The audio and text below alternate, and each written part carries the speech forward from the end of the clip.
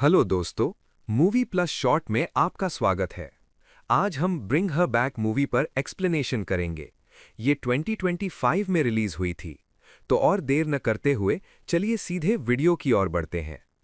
Film की शुरुआत Andy से होती है, जो कुछ ढूंढ रहा था। तभी उसके पीछे खड़ा एक लड़का अजीब तरीके से चाकू से फल काटता है और फिर चाकू समेत फल खाना शुरू कर देता है, जिससे उसका मुंह जख्मी हो जाता है। ये देख एंडी बहुत डर जाता है। वो उसके मुंह से चाकू निकालकर उसे घर से अस्पताल ले जाने की कोशिश करता है, लेकिन लड़का बाहर जाने से मना कर देता है। किसी तरह वो उसे घर से बाहर खींचने में सफल होता है, लेकिन घर के बाहर एक सफेद घेरा वाइट सर्कल था, जिसे वो पार नहीं कर सका। बाहर निकलने की कोशिश में उसकी हालत और खराब हो जाती है और उसका शरीर कांपने लगता है, मानो उसके अंदर कुछ और हो। ये सब देखकर एंडी बहुत घबरा जाता है। इसके बाद कहानी एक हफ्ते पहले के दृश्य पर जाती है, जब एंडी के पिता की नहाते समय अजीब परिस्थितियों में मौत हो जाती है, जिससे एंडी गहरे तनाव में आ जाता है। एंडी और उसकी बहन पाइपर, जिसकी दृष्टि सीमित है, दोनों को लॉरा नाम की महिला गोद ले लेती है, जो पहले से ही उस गूंगे लड़के का पालन पोषण कर रही थी, जिसे हमने शुरुआत में देखा। लॉरा की एक अंधी बेटी थी, जिसकी दुर्घटनावश स्विमिंग पूल में डूबने से मौत हो गई थी। एंडी यह सुनकर दुखी हुआ, लेकिन उसे लॉरा का व्यवहार काफी अजीब लगा। मामला तब और उलझ गया जब लॉरा ने उन्हें अपने पालतू मृत कुत्ते से मिलवाया, जिसके शरीर को उसने सहेजकर यानी प्रिजर्व्ड रखा था। घर का मुआयना करते समय वे घर के पीछे आते हैं, जहां खाली स्विमिंग पूल में केवल पैंट पहने एक बच्चा दिखता है, जो कैट को इतनी जोर से पकड़े हुए था कि कैट को दर्द होने लगता है। कैट की चीख सुनकर लॉरा आती है और कैट को उस बच्चे से छीन लेती है। पहली बार यह बच्चा ऑलिवर मुड़कर एंडी की तरफ इतनी गंभीरता से देखता है कि एंडी भी डर जाता है। बाद में जब पाइपर ऑलिवर के बारे में पूछती है, तो लॉरा झूठ बोलती है कि ऑलिवर घुंघराले बालों वाला एक बहुत प्यारा बच्चा है, जबकि वास्तविकता इसके बिल्कुल उलट थी। अब लॉरा उनकी ऊंचाई मापती है, जो एंडी को बहुत अजीब लगता है। लॉरा पाइपर को अपनी बेटी वाला कमरा और एंडी को उसके बगल वाला कमरा देती है। जब एंडी अपने दोस्तों से फोन पर बात करता है, तो उसे महसूस होता है कि लॉरा चुपचाप उसकी बातें सुन रही थी। यहाँ तक कि जब वो लॉरा को अनदेखा कर कुछ लेने उठता है, तो वो उसका फोन पकड़कर मैसेज पढ़ने लगती है। इससे एंडी को बहुत गुस्सा आता है और वो लॉरा से कहता है कि वो आज के बाद उसके सामान को हाथ न लगाए। रात होने पर लॉरा ऑलिवर को नीचे ले जाती है। वहां वो एक पुरानी रीतियों वाली वीडियो टेप चलाती है और ऑलिवर को दिखाती है। अगले दिन भी यही होता है। लॉरा ऑलिवर को बाहर के स्टोरेज रूम में ले जाती है, जिसे देखकर एंडी को शक होता है। उस सुबह जब एंडी जागता है तो पाता है कि उसका बिस्तर गीला है। वो हैरान रह जाता है, क्योंकि उसे ऐसी कोई आदत नहीं थी। जब वो नहाने जाता है और शावर चालू करता है, तो पानी गिरने की आवाज़ उसे उसके पिता की याद दिला देती है और वो फिर से डर जाता है।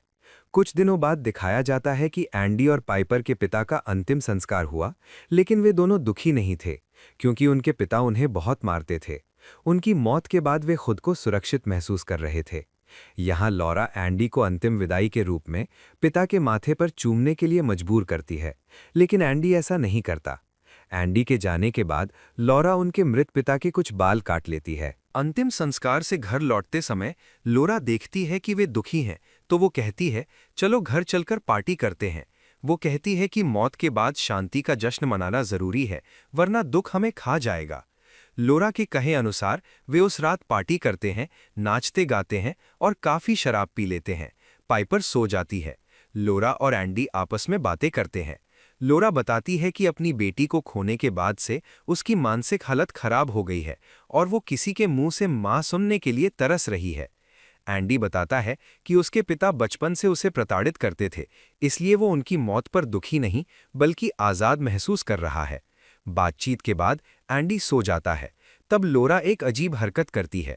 वो एक बर्तन में अपना पेशाब लेकर एंडी के बिस्तर पर डाल देती है। अगली सुबह एंडी फिर बिस्तर गीला पाता है और सोचने लगता है कि उसे अचानक ये बीमारी कैसे लग गई।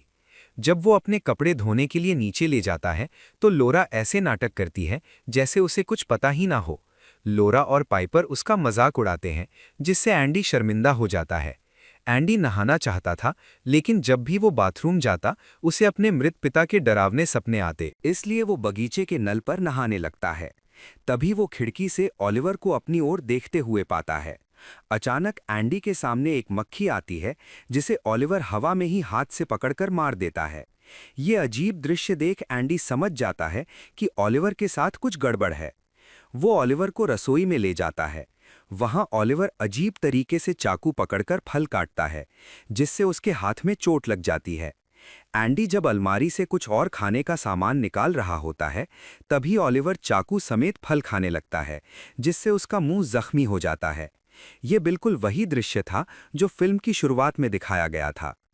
उसके मुंह से चाकू निकालकर एंडी उसे अस्पताल ले जाने के लिए बाहर खींचता है, लेकिन ओलिवर घर के बाहर के सफ़ेद घेरे को पार नहीं कर पाता और उसकी हालत बिगड़ने लगती है।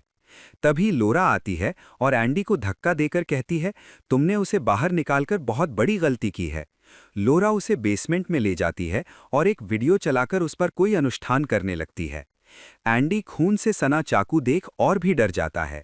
जब एंडी ओलिवर का हाल जानने उसके कमरे के पास जाता है, तो लोरा उसे बुरी तरह डांटती है और कहती है कि उसे ओलिवर के पास जाने की अनुमति नहीं है। यहाँ दिखाया जाता है कि लोरा ओलिवर के माथे पर घेरे बनाती है और मंत्र जपती है।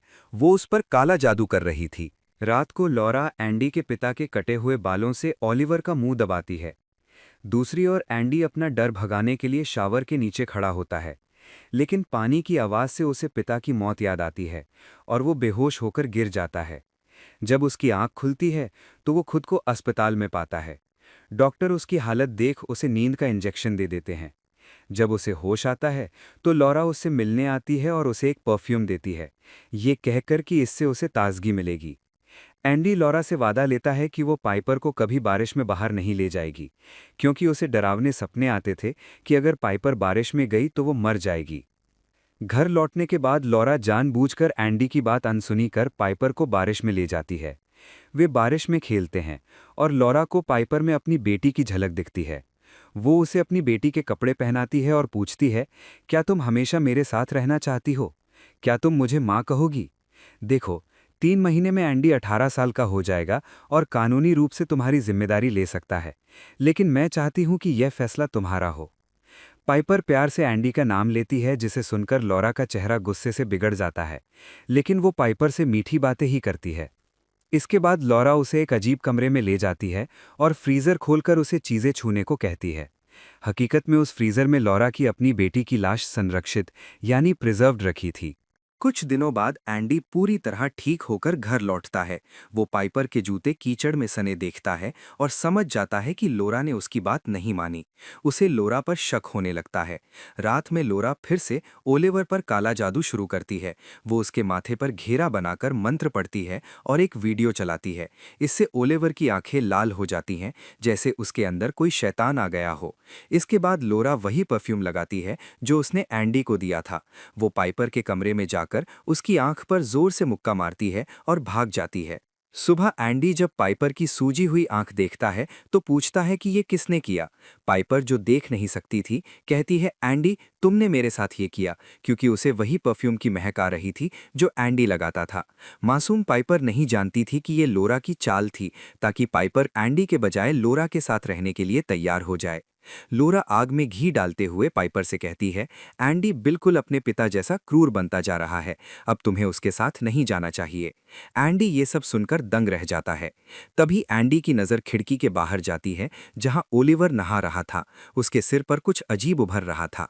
एंडी जब अपने फोन से इसे रिकॉर्ड करता है तो उसे साफ दिखता है कि ओलिवर के सिर पर सींग निकल आए हैं और वो एक राक्षस में बदल गया है। वो सबको सच बताना चाहता है, लेकिन लॉरा उसे पीटकर उसका फोन छीन लेती है। गुस्से में एंडी लॉरा पर झपटता है, लेकिन वो उसे चोट नहीं पहुंचाना चाहता था, इसलिए दीवार पर मुक्का मार देता है। पाइपर को आवाजों से लगता है कि एंडी ने लॉरा को मारा है, इसलिए वो एंडी पर चिल्लाती है। दुखी होकर एंडी घर से निकल जाता है। वो सीधा उस काउंसिल हेड के पास जाता है जिसने लॉरा को उनकी कस्टडी दी थी। वहां वो लापता बच्चों की तस्वीरों में ओलिवर जैसा दिखने वाला एक बच्चा देखता है। वो काउंसिल ऑफिसर को बताता है कि लॉरा ने बच्चों को अगवा किया है और उन पर अजीब जादू टोना करती है। जब वो महिला उसकी बात नहीं मानती, तो एंडी उसे अपने साथ घर चलने को कहता है। घर में दिखाया जाता है कि ओलिवर पागल हो गया है, उसका पेट फूल गया है और वो जंगली जानवर की तरह खाने के लिए रसोई में सब कुछ तहस-नहस कर रहा है। जैसे ही लॉरा उसके सामने आती है, वो उसे पकड़कर काट लेता है। लॉरा डर के मारे खुद को छुड़ाकर एक कमरे में बंद कर लेती है। बाहर ओलिवर लकड़ी की मेज खाना शुरू कर देता है। अंदर जाकर वो अपने हाथ पर पट्टी बांधती है और ओलिवर को अपने कमरे के बाहर खिड़की के सामने खड़ा देखती है। वो खिड़की पर घेरा बनाती है और मंत्र पढ़ती है। आश्चर्यजनक रूप से हम देखते हैं कि इसने ओलिवर को उसके नियंत्रण में ला दिया है। वे ओलिवर को एक गुप्त कमरे में ले जाते हैं, जहां से एंडी अपनी बहन पाइपर को लॉरा के बारे में सच बताने और खुद को बचाने के लिए राजी करने की कोशिश करता है। लेकिन जिस फोन को रिसीव किया गया था, वो खुद लॉरा ही थी। उसे एहसास होता है कि एंडी अपने साथ किसी और को ला रहा है और उसका सच सामने आ जाएगा। संदेह से बचने के लिए वो जल्दी से घर साफ करना शुरू कर देती है।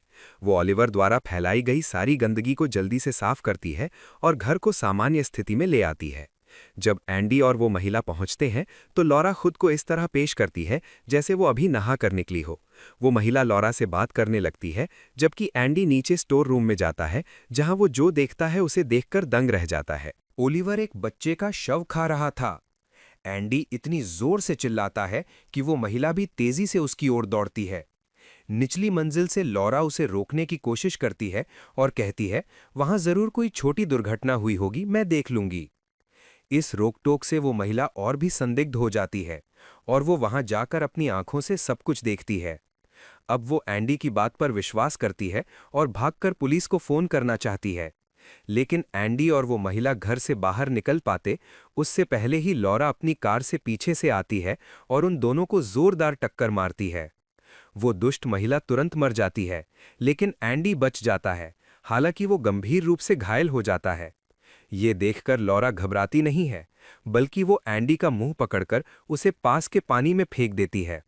उसे एक दम घुटने वाला यंत्र, सफोकेटिंग डिवाइस पहना दिया गया था ताकि वो मर जाए। यहां हम देखते हैं कि पाइपर भी जाग गई है। वो अपने भाई एंडी के लिए कमरा ढूंढने लगती है। वो ओलिवर से मिलती है, जिसे वो छूने और महसूस करने की कोशिश करती है, ये सोचकर कि क्या वो एंडी है। इसी बीच लॉरा आती है और उससे पूछती है, तुम यहाँ क्या कर रही हो? पाइपर गुस्से में जवाब देने से इनकार कर देती है। तुमने मुझसे झूठ बोला। ओलिवर घुंघराले बालों वाला प्यारा बच्चा नहीं है। उसके सिर पर कोई बाल नहीं है।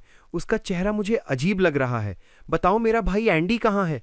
उसे कुछ बताए बिना लॉरा उसे पकड़कर एक कमरे की ओर ले जाने लगती है। पाइपर, जो अब उससे डर गई है, बचकर निकलती है और तुरंत खुद को बाथरूम में बंद कर लेती है। वहीं उसके पैर पर किसी चीज से चोट लगती है। वो उठकर देखती है और पाती है कि ये एक मानव शरीर है। वो उसके चेहरे की ओर गई, उसका चेहरा छुआ और पाइपर का हाथ उसके घावों पर पड़ा और उसे एहसास हुआ कि ये कोई और नहीं है, दरअसल ये उसका भाई एंडी है। पाइपर को समझ आ गया कि लॉरा एक अच्छी महिला नहीं है और उसका इरादा इतना घृणित था कि वो समझ नहीं पा रही थी कि वो ऐसा क्यों कर रही है। इसी बीच लॉरा एक कुल्हाड़ी लाई और बाथरूम का दरवाज़ा खोल दिया। ये जानकर कि इन बच्चों ने उसका सच जान लिया है, उसने और झूठ नहीं बोला और पूरी कहानी बताई कि वो ये सब क्यों कर रही है। वो बताती है कि उसने एक राक्षस से संपर्क किया था, जिसने उसे उसकी बेटी को वापस लौटाने का वादा किया था, लेकिन इसके लिए उसे एक मासूम आत्मा की जरूरत थी जो उसे पाइपर के रूप में मिली थी। मैं तुम्हें यहाँ केवल तुम्हारी हत्या करने के लिए लाई हूँ। जब तुम मर जाओगी तो तुम देखोगी कि मेरी बेटी मेरे पास कैसे वापस आएगी। ये सुनकर पाइपर बहुत डर जाती है। वो पास में पड़ा एक कांच का टुकड़ा उठाती है और लॉरा पर हमला करके भागने की कोशिश करती है। पाइपर के भागने से पहले ही उसके सामने एक मेज गिर जाती है, जिससे वो बेहोश हो जाती है। लॉरा आती है और पाइपर को उठाकर अपने घर के पीछे के स्विमिंग पूल में ले जाती है।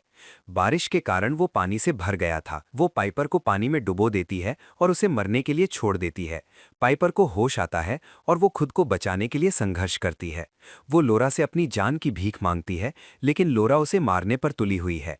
पाइपर कहती है, कृपया माँ, मुझे जाने दो। माँ सुनकर लॉरा का दिल पिघल जाता है। यही वो शब्द थे जो वो इतने समय से सुनना चाहती थी। लॉरा की दया जाग उठती है और वो पाइपर को छोड़ देती है और उसे पानी से बाहर खींच लेती है। यहाँ तक कि वो अपना स्वेटर निकालकर पाइपर को पहना देती है ताकि उसे ठंड ना लगे। पाइपर की जान अभी एक खतरे से बची ही थी कि दूसरा खतरा सामने आ खड़ा होता है। ऑलिवर आकर उसे पकड़ लेता है। वो उसे कच्चा खाना चाहता था, लेकिन पाइपर खुद को बचाने की पूरी कोशिश करती है और अपने पैरों से लात मारकर उसे खुद से दूर धकेल देती है। ऑलिवर बहुत दूर जाकर गिरता है और उसकी हालत बिगड़ने लगती है। पेट में चोट लगने के कारण वो खून की उल्टी भी करता है। वो दर्द से छटपटाने लगता है और पीड़ा में वो लोरा के घर के चारों ओर खींचे गए सफेद घेरे को भी पार कर जाता है। दूसरी तरफ पहुंचते ही वो बिल्कुल सामान्य हो जाता है। वहीं हम देखते हैं कि पाइपर तेजी से भागने की कोशिश करती है और यहां से भागते समय वो एक कार के सामने आ जाती है। कार के अंदर बैठा आदमी पाइपर की मदद करता है और उसे बचा लेता है।